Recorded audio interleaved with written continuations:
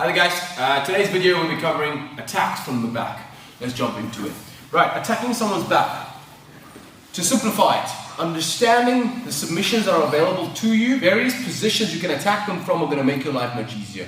So if you haven't watched the previous video on the actual positioning of your body in the offensive position of the back, I suggest you do that first. Alright, so when I'm attacking the back, the options I have, we can attack limbs being the arm in the form of arm bars and the neck. These two parts of the body is what one will primarily go after from the attacking back position. Now, basic understanding of where I can finish what in the back. For example, if I'm on the underhook side position on the back and my seatbelt is put into position, it offers me only a certain number of attacks. Vice versa, if I fall to the overhook side, of the back, meaning the hand that comes over the shoulder, there are only a number of techniques I can attack from here as well. Now, based on your strengths and your weaknesses and your preferences, you'll decide in the match whether you want to attack from the overhook side or the underhook side. One side offers you more attacks than the other. We're going to start first with the most basic side, which is the overhook side. On the overhook side, your attacks are limited.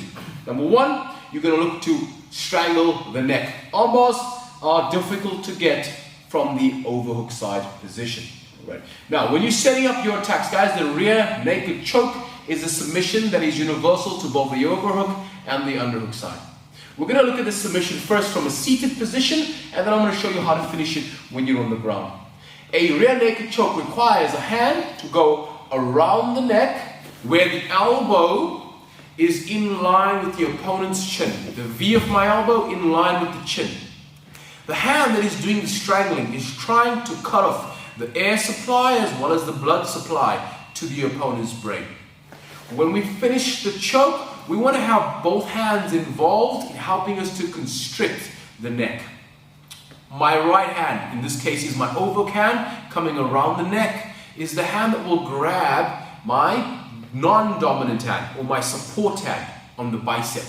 I will make a karate chop and I will place the hand behind the head. Now notice my hand, guys, goes behind the head. We want to hide that as deep to the base of the skull as possible. The closer to the top my hand is, the easier the opponent's going to peel that hand away and you're going to have a hard time finishing it. So when you come around, my bicep connection and my hand that's on the support side goes all the way across and I can grab my shoulder. From here, my head cannot be away from the opponent. I have to close the space. So my temple on the underhook side goes to the side of the opponent's head. Finishing the rear naked can be quite a complicated thing, which it isn't. The ability to squeeze in the correct way to apply the pressure takes practice and it takes feel. There's two ways to do it. The first way is to take your elbow and to close the forearm into the neck by bringing your elbows together. The second way is to open up your elbows and to drive the top hand, the forearm, into the back of the neck. These two methods help constrict the opponent's neck to get the finish. Notice how the levels in my shoulders change as I apply both of those different squeeze options. Rear naked choke, guys, one of the most successful submissions, no matter what experience level you may be at. This is a technique you want to perfect. Now, the RNC, doing it from the overhook side position from the back. First thing is first, when we collapse, right, from a seatbelt position, my chin tucked on the underhook side. Boom. First thing I want to do is apply my correct control on the lower base of the opponent's hip where the body triangle erects, and I want to straighten out his spine.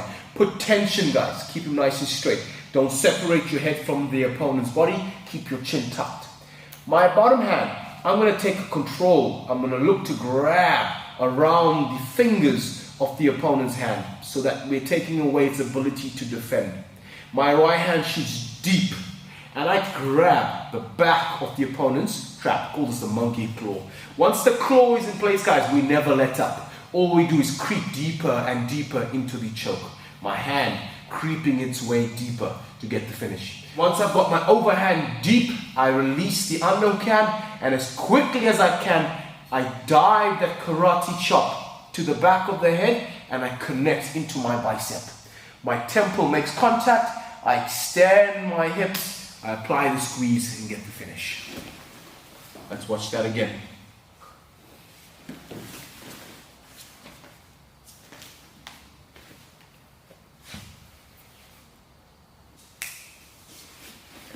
The rear naked choke is something that requires repetition in the actual position that you're finishing it. Very seldomly will you finish your rear naked in a seated position, but it is a good position to practice the actual finish before you put it into a more realistic situation. Now, if you're a short person and you're trying to practice a rear naked choke against a taller individual, you often may find that your hand can't actually reach around the neck. So what you need to do when you hear, say it's much taller than me, right? And I can't get the hand all the way across the neck, no problem. I take my butt, I scooch it slightly back, and I pull his weight into me. Now that effectively makes him a shorter target, and I can get a full wrap around that neck, and then apply my RNC choke. That is your first submission from the overhook side, the RNC.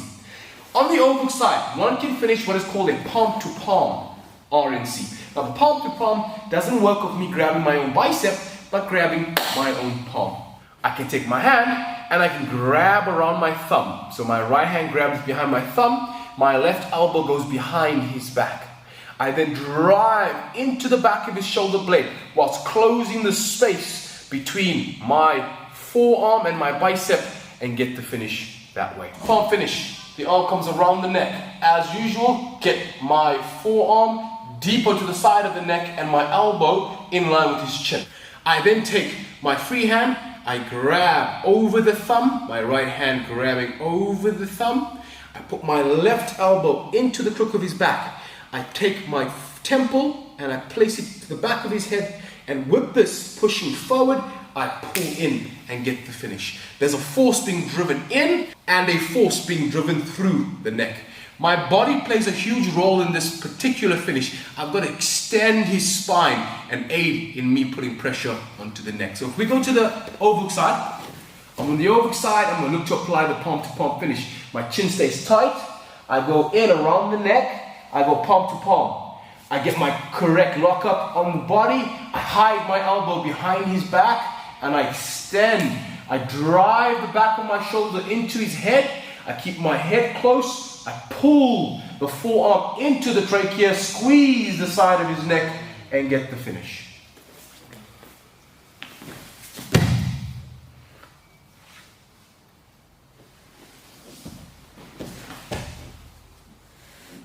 Remember, when you are finishing a palm to palm, it's the shoulder, it's the arm, it's the head, and it's the entire body, all working together in one movement to apply the choke. Another sneaky and very simple attack from the overhook side is when you're attacking the RNC, use your underhook to take his arm that will be defending your choke and placing it in a position where you can circle your leg over his hand, bringing it out of the fight momentarily, giving you time to finish the RNC. How would I do this?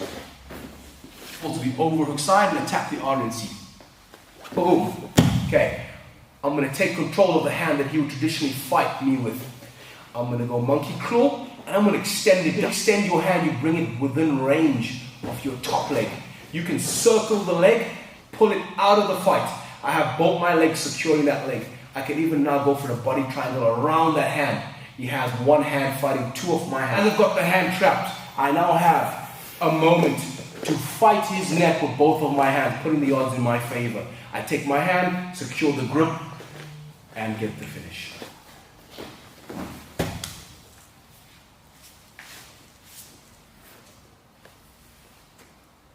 That is the overhook side attacks. RNC, either traditional or palm to palm. Now, let's go on to the underhook side. Originally, this was seen as a negative position to fall into. I wanted to fall into the overhook side because it was a position that was more suitable to applying the RNC. However, that is not always the case. One can still apply the RNC on the underhook side, and they have more opportunities in two other submissions. So let's look at the underhook side attacks. Alright, now if I fall to my hand that's coming underneath the armpit, the underhook side, traditionally we didn't want to attack from this position. It was seen as a negative position. That has changed. There are a lot of options from the underhook position on the back control. The first being the RNC. If I would attack the neck from the underhook side, the first thing I would do again, lock up the position, keep my head between his and the floor.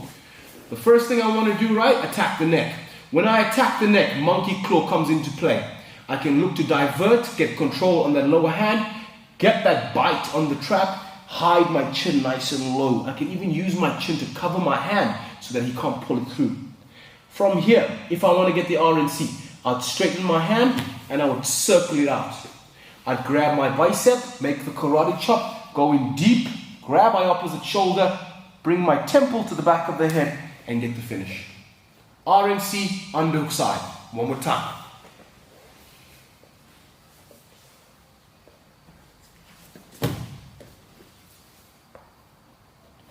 Be careful when you're dislodging your hand, you have to buy the right moment. If you're too slow, he can snag your hand and not let you get it free. So when you're hand fighting, wait for the right opportunity to straighten and circle quick underneath the opponent's elbow. Don't lag about because you will have your hand caught.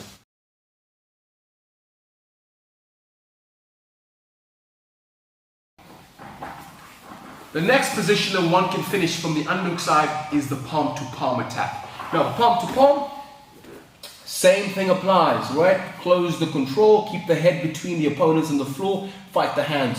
Tighten the monkey claw, free. Now, instead of grabbing my bicep, my elbow is already between his shoulder and the back, so I wedge it deep to my side. I grab my gable grip over my thumb. I drive the elbow into his back.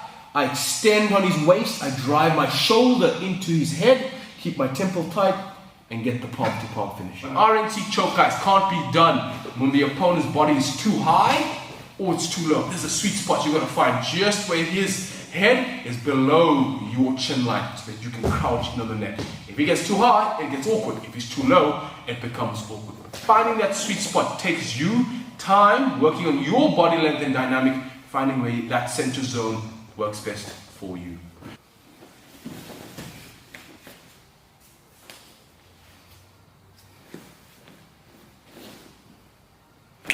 On the underhook side, we have the unique ability to attack the arm as well as the arm and the neck together in the form of a triangle.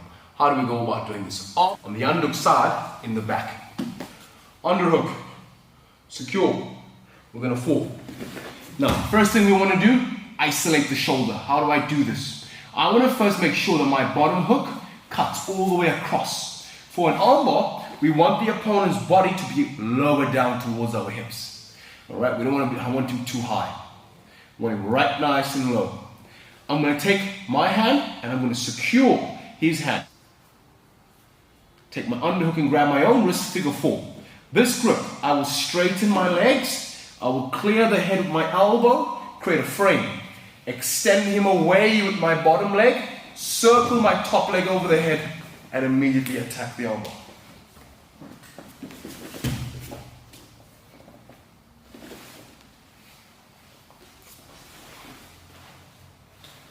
Make sure your leg hooks that far hip so that you can extend him away, pushing him into the proper position to isolate the arm. Let's have a look at that one more time.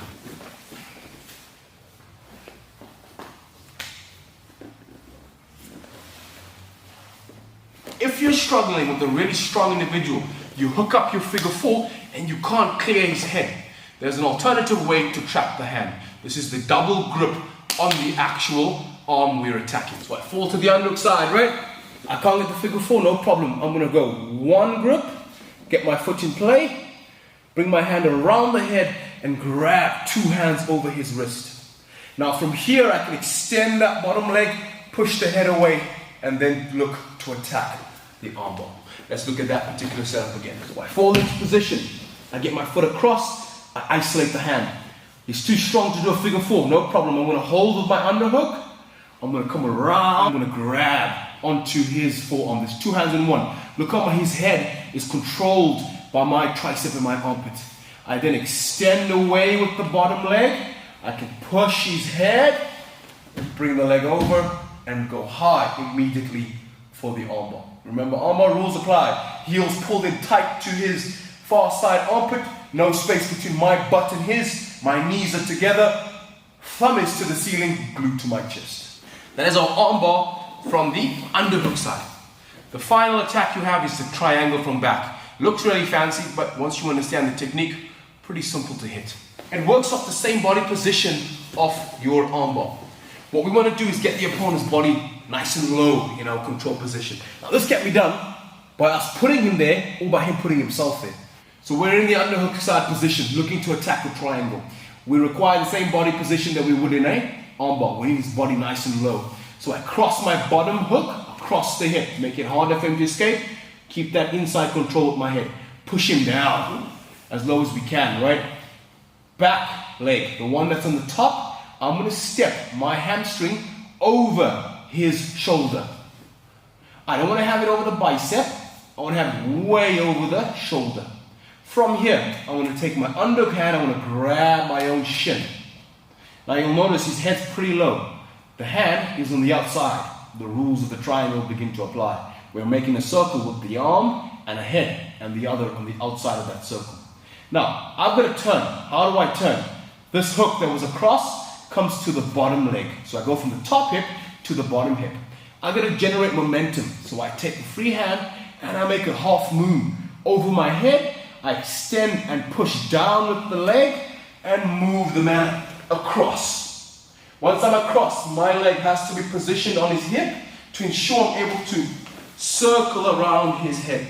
I've got to make sure that this calf is around the front of the neck. I can't have the awkward angle. So to get that, we push off the hip and then turn the position. I immediately triangle my legs and hide my feet. From here, to finish the triangle, we can reach for a leg, pull the leg to our face and get the finish.